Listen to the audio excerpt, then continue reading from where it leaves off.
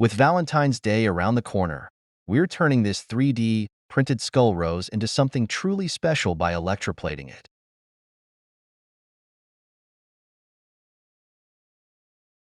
We're carefully coating the entire surface with conductive paint, ensuring that every petal and curve is covered. This step is crucial for the electroplating process, allowing metal to bond evenly.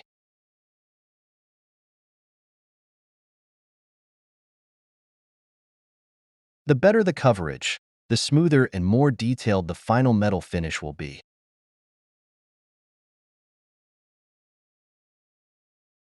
Once the paint is dry, this skull rose will be ready for electroplating. Stay tuned for the next step